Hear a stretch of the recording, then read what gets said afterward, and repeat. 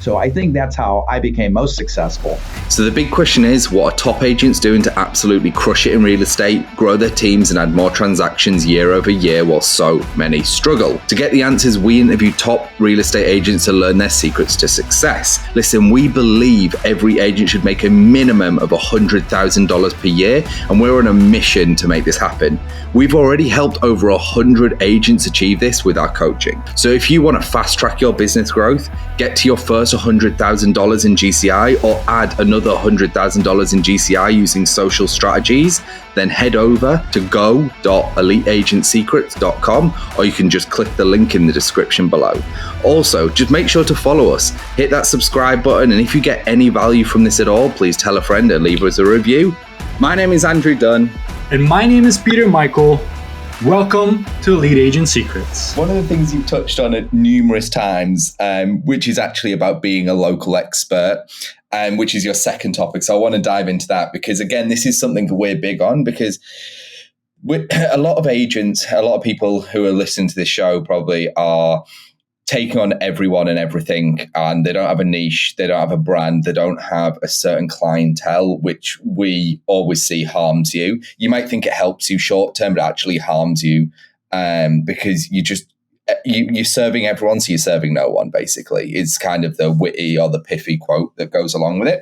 So, and also being a local expert ties in very nicely with that, because then you know how to service your buyers and sellers extremely well, because you're like, I've done this 1,000. Even though it's not 1,000, even if you've done it 30 times, like, yeah, like, Right. Holy shit, you are a local expert.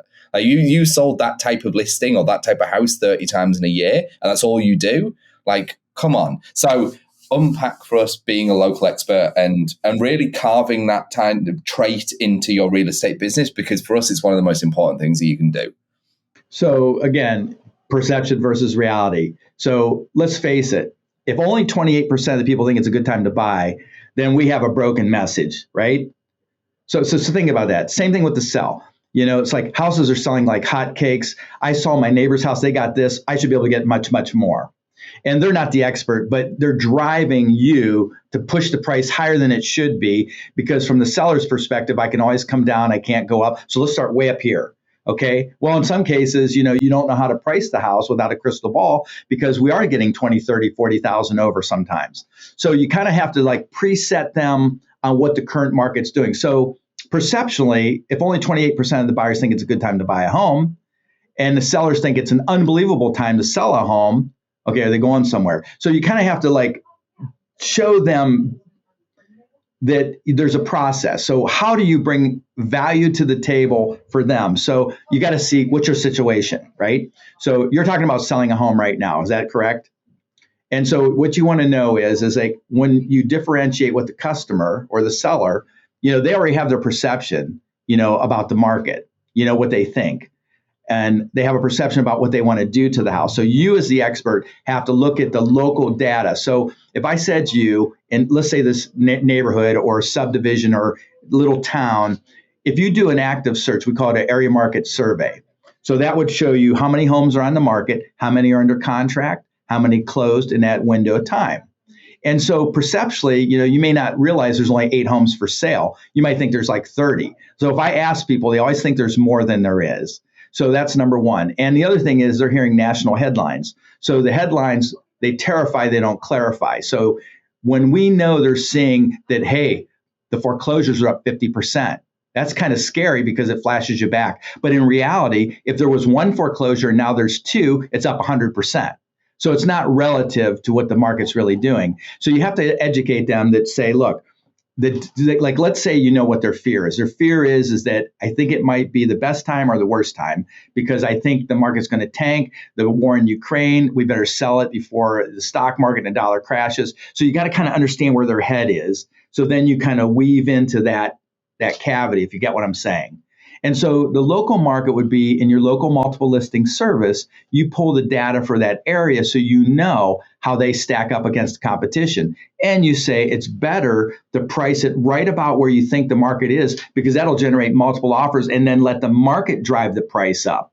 Because they think, let's start way up here. And then what's the first thing they say when it's on the market 30 days and not sold? What's wrong with it? Did someone die in the house? Does it have a wet basement?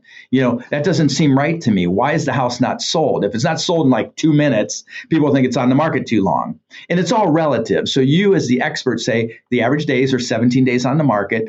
The average price is 103% of value. Now, that doesn't mean that's what your house will be. It could be even more. So my professional opinion is that we showcase it, we bam it out there, however we do. You articulate that to them, and then you tell them what to expect. They're going to expect 2 or 3 days of a lot of showings, and you'll be inconvenienced, and then you're going to get hopefully 2 or 3 offers, and then we let the market decide where you're going to be, and then we'll pick the best one that fits your family needs. And so that could be price, it could be terms, it could be letting you stay in the home longer. So you have to kind of know their situation. And then you say, even though the perception is that buyers are starting to be concerned, you can use that to your advantage as well. That the buyers are starting to be concerned. But, honestly, do you think it's cheaper to buy now or in 6 months? Do you think it would be cheaper to sell now or in 6 months? Well, I guess if the rates go up to 6%, I don't know. We don't know what that's going to look like. But we do know the rates are on the rise, and they probably will continue to go. So you just have to see what their situation is. Are they selling and going to Florida to hang out with Pete?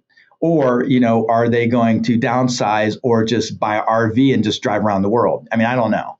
So you got to see what their situation is and make sure you're educating them on the local market so that, they don't get stuck with the perception of what the national headlines are, basically. For any agent who is thinking about like the local market, what would you say would be like a reasonable area for them to like focus on? Are you talking about like an hour drive up and down?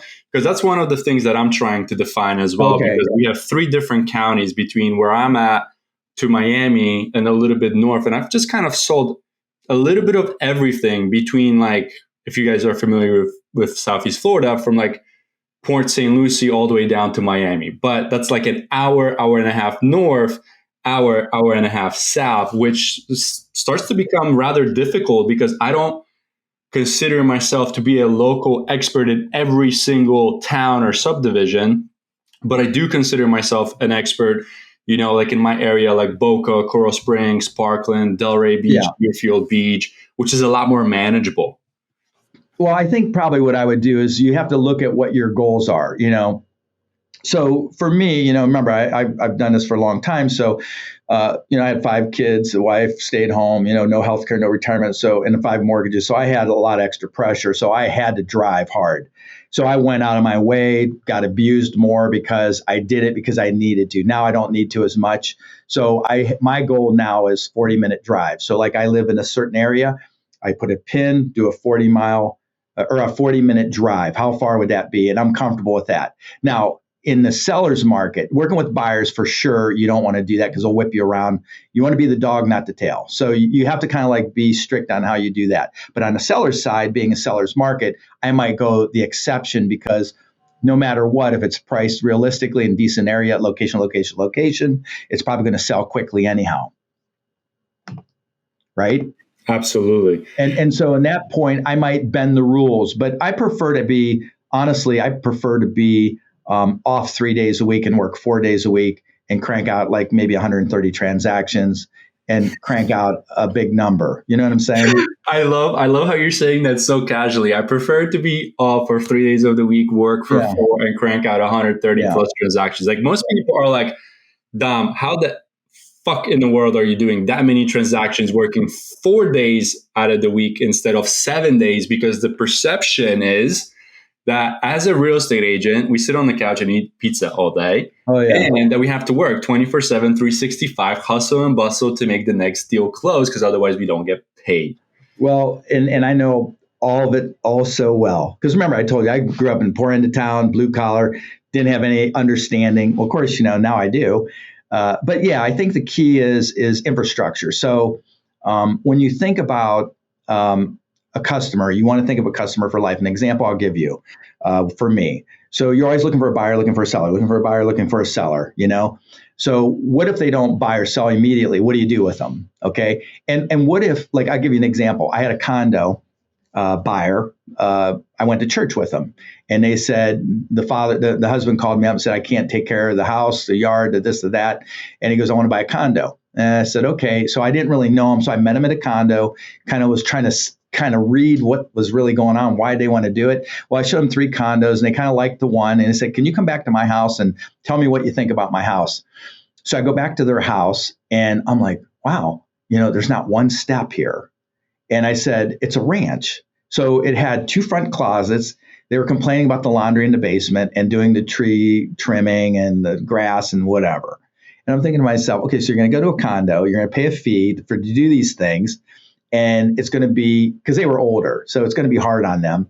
And the wife wasn't saying anything. It was just the husband talking. So I said to the wife, I go, Evelyn, what do you think? And she says, well, it's whatever he wants, whatever Jim wants. And so I'm thinking, Now remember, this is a psychological thing too here, and emotional. So they've been in the house 40 years. And I'm like, okay, what if you put $150 a month in a slush account? And then when you need spring cleanup, fall cleanup, or grass cutting, you can just have someone do that and maybe even plow the driveway. And I said, I think you can call the guy from church and take out this tub and put a walk-in shower and put the stackable washer here. I said, honestly, why would you want to move when you could just spend maybe 10 or 12,000 and just get this fixed up? Did you have a mortgage? No, it's paid for. So I talked them out of selling. What do you think they did at church? They told everybody, including And the how many priest. transactions came from that, you think? 20, 30 at least, right? And then one other quick story so you understand what I'm talking about. So I have another lady who her husband was real picky about finding something. They've been in her house for years. I would show them 3-4 homes a year, for 10 years. And they never bought initially.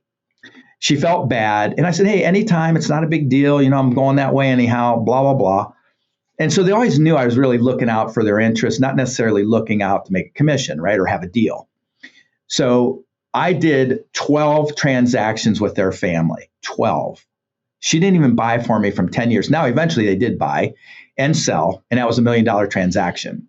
But my point is that you always want to look at the long view on everything. So I think that's how I became most successful, is with the heart of a teacher. Like, obviously we need money to pay college. We need money to pay our bills. We need money to buy shoes.